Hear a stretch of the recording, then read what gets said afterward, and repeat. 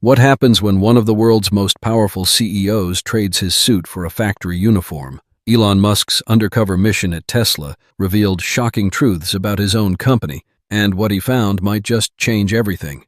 It was a decision no one saw coming, not his executives, not the employees on the production floor, and certainly not the wider world. Elon Musk, the enigmatic force behind Tesla, stood in front of his mirror one morning, staring at his reflection. His casual demeanor and hoodie were swapped for something far more mundane, the uniform of a Tesla assembly worker. With safety goggles perched awkwardly on his nose and a lunchbox in hand, he practiced the one thing he rarely needed to do: blend in. The idea came during a late-night brainstorming session.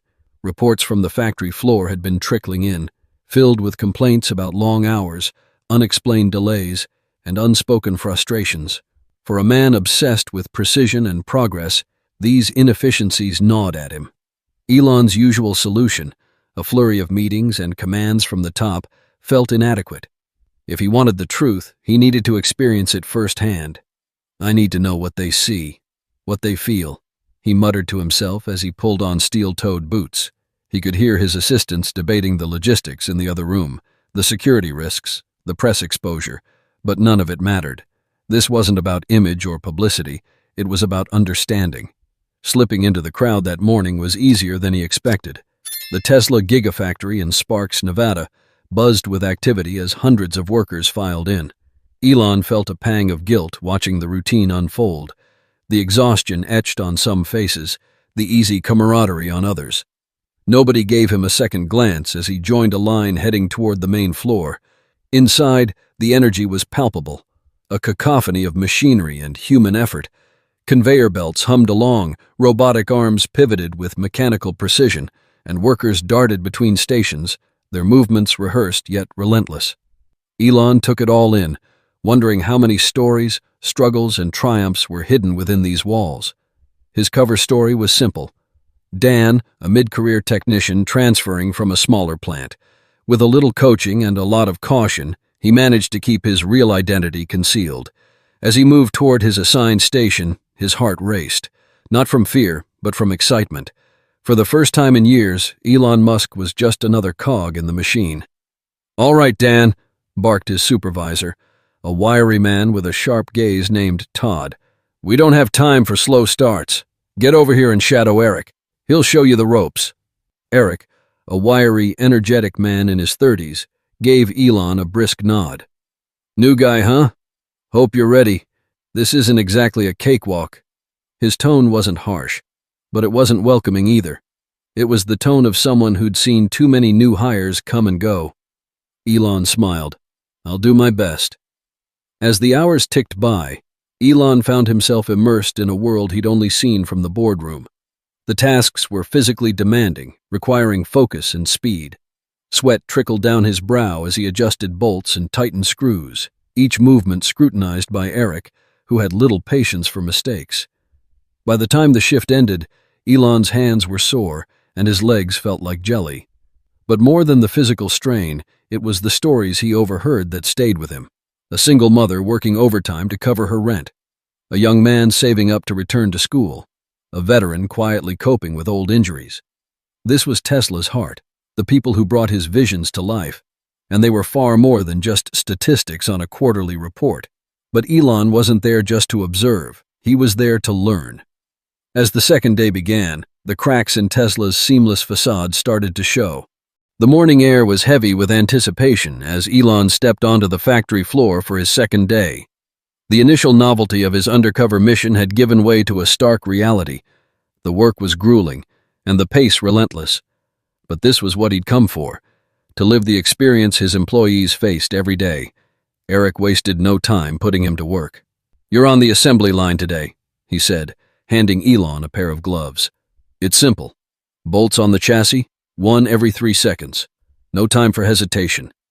The line moved faster than Elon had anticipated, a blur of metal and motion. At first he fumbled, the bolts slipping through his fingers as the conveyor belt dragged the chassis out of reach. His mistakes didn't go unnoticed. "Pick it up, Dan," shouted Eric from across the line. "You're holding us all back." It wasn't just the physical demands that surprised him. It was the culture. Conversations buzzed around him, snippets of frustration mixed with humor. "Did you hear about the new software update? It's messing with the robots again," a worker muttered nearby. "Yeah, and guess who's staying late to fix it?" another replied with a dry laugh. By lunchtime, Elon's muscles ached, but his ears had caught more than he expected. Workers shared stories of inconsistent scheduling, faulty equipment that slowed production, and a constant pressure to hit quotas, no matter the cost. Beneath the camaraderie lay a quiet frustration, one that no glossy corporate report could capture. Elon sat alone in the break room, observing the chatter around him. A group of workers huddled by the vending machines, discussing a recent accident on the floor. "Third one this month," one said grimly. "If they don't fix that lift soon, someone's gonna get seriously hurt." The words struck a chord. As Elon sipped his coffee, he realized that the factory's issues weren't just about productivity, they were about people. The stakes were higher than he'd imagined. Later that day, he witnessed his first major malfunction. One of the robotic arms on the line sputtered and froze, bringing production to a screeching halt. Alarms blared as supervisors rushed to contain the chaos. Eric cursed under his breath, grabbing a toolkit. "This thing's been acting up for weeks," he grumbled, "but fixing it properly takes time we don't have." Elon offered to help, his years of engineering expertise finally finding an outlet. Together they managed to get the arm back online, but not before losing nearly an hour of production. The delay rippled through the line, earning glares from workers further down the chain. As the day wound down, Elon couldn't shake the feeling of tension that hung over the factory. For all the innovation Tesla represented, it was clear that the people on the ground felt overlooked, their voices drowned out by the relentless drive for progress. The cracks were becoming impossible to ignore. But as Elon dug deeper into the factory's rhythms, he stumbled upon something even more unexpected, moments of brilliance that could change everything. By his third day on the job, Elon had begun to adapt to the rhythm of the factory floor. The tasks no longer felt alien, though the strain was ever present. His fingers bore the calluses of repetition, and his back ached in ways he hadn't felt in years. Yet it wasn't the physical toll that weighed on him the most, it was the human toll. The cracks in Tesla's seemingly efficient system were widening before his eyes. Conversations that once seemed trivial now carried weight. The faulty robotic arm wasn't an isolated incident. Other machines had issues too, minor glitches that went unaddressed in favor of keeping the line moving. Workers compensated for these errors with speed and improvisation, often at the cost of safety. "Dan, heads up," a voice yelled as a panel slipped from its mount. Elon instinctively lunged, catching the heavy sheet of aluminum before it hit the floor. His heart pounded as he set it back in place. A nearby worker, a young man named Luis, gave him a weary smile. "You're quick. We could use more hands like that." But the moment wasn't lost on Elon.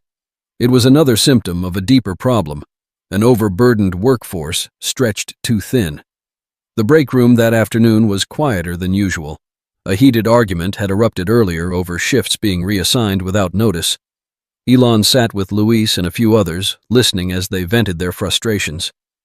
"They keep saying we're part of this big mission," Luis said, gesturing vaguely toward the Tesla logo on the wall.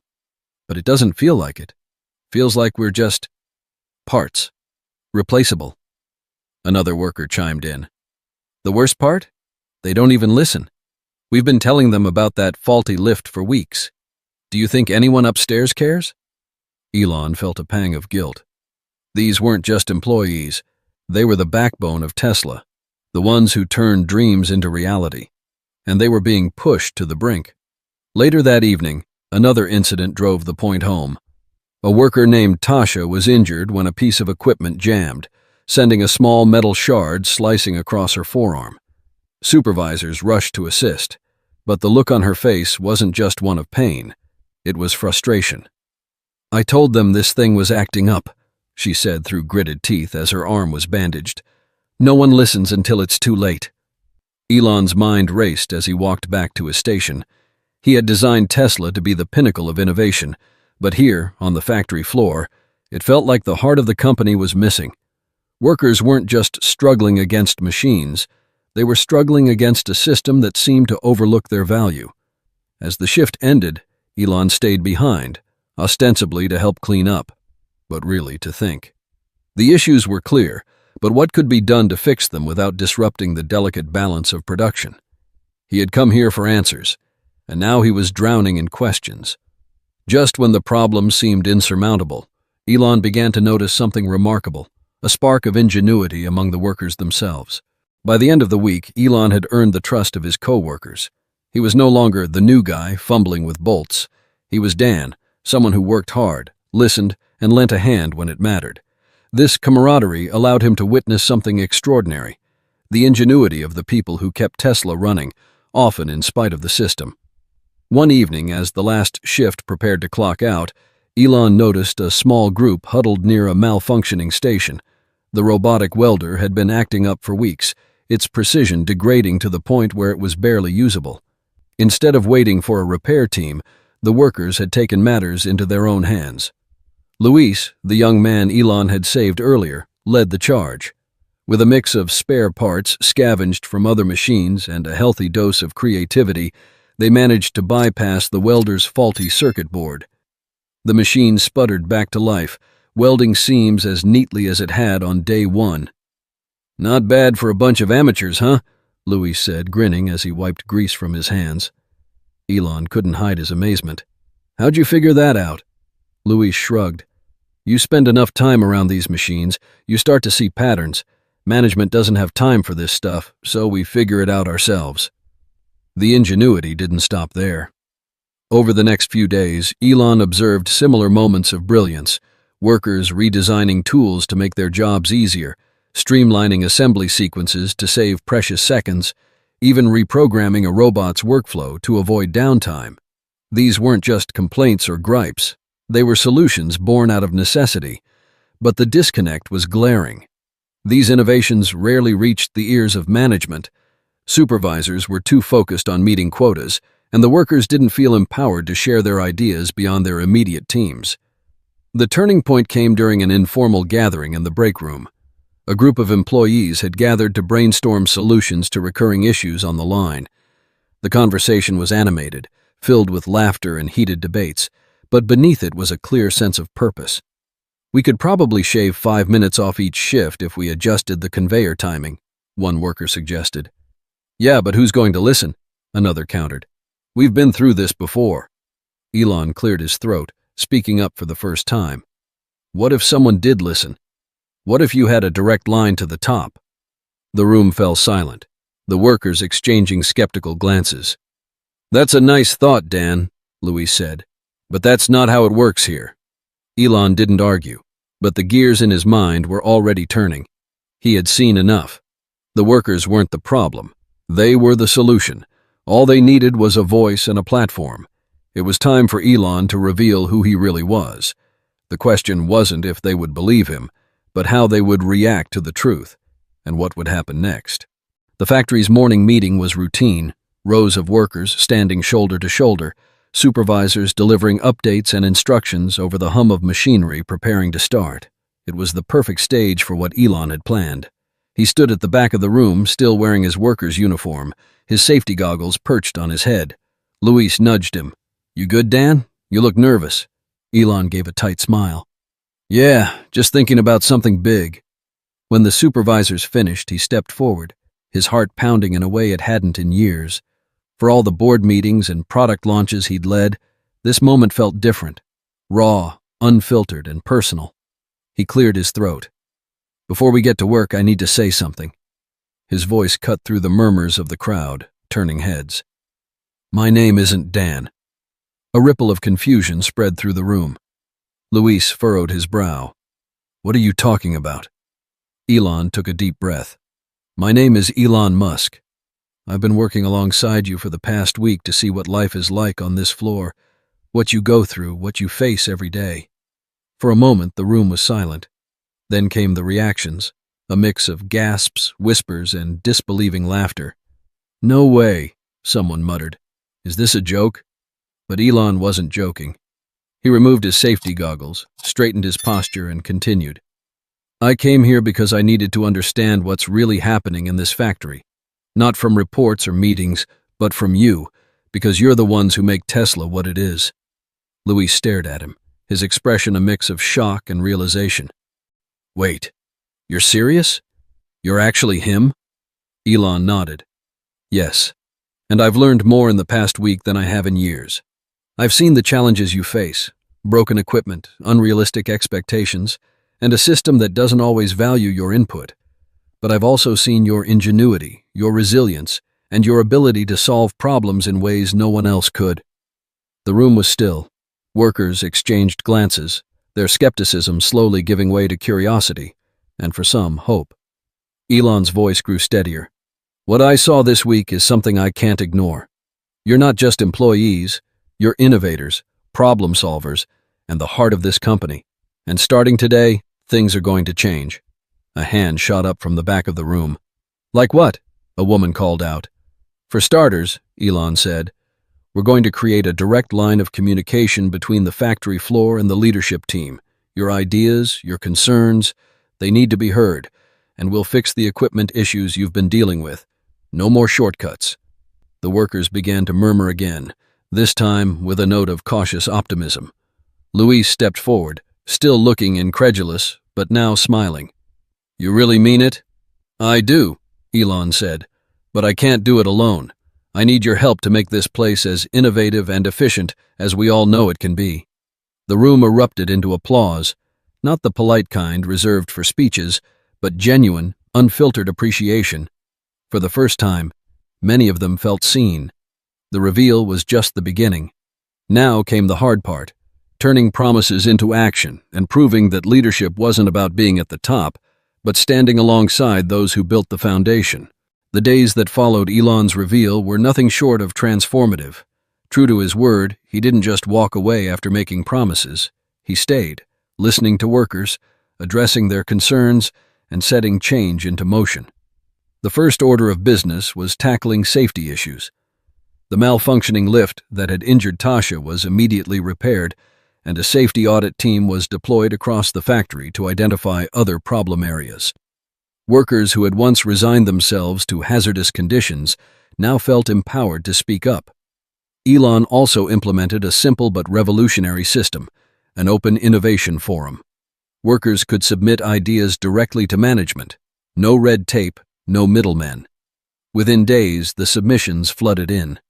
Luis's suggestion to adjust the conveyor belt timing was implemented, shaving precious minutes off the assembly process.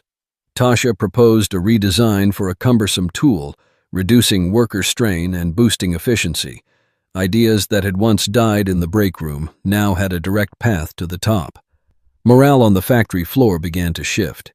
Employees who had once seen themselves as replaceable cogs in a massive machine now felt like vital contributors to Tesla's mission.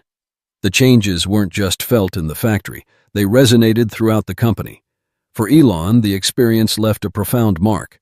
As he returned to his executive role, he carried the lessons of the factory with him. He spoke openly about his time undercover during a company-wide meeting, emphasizing the importance of humility and connection. 1 week on the factory floor taught me more about leadership than years in the boardroom, he said.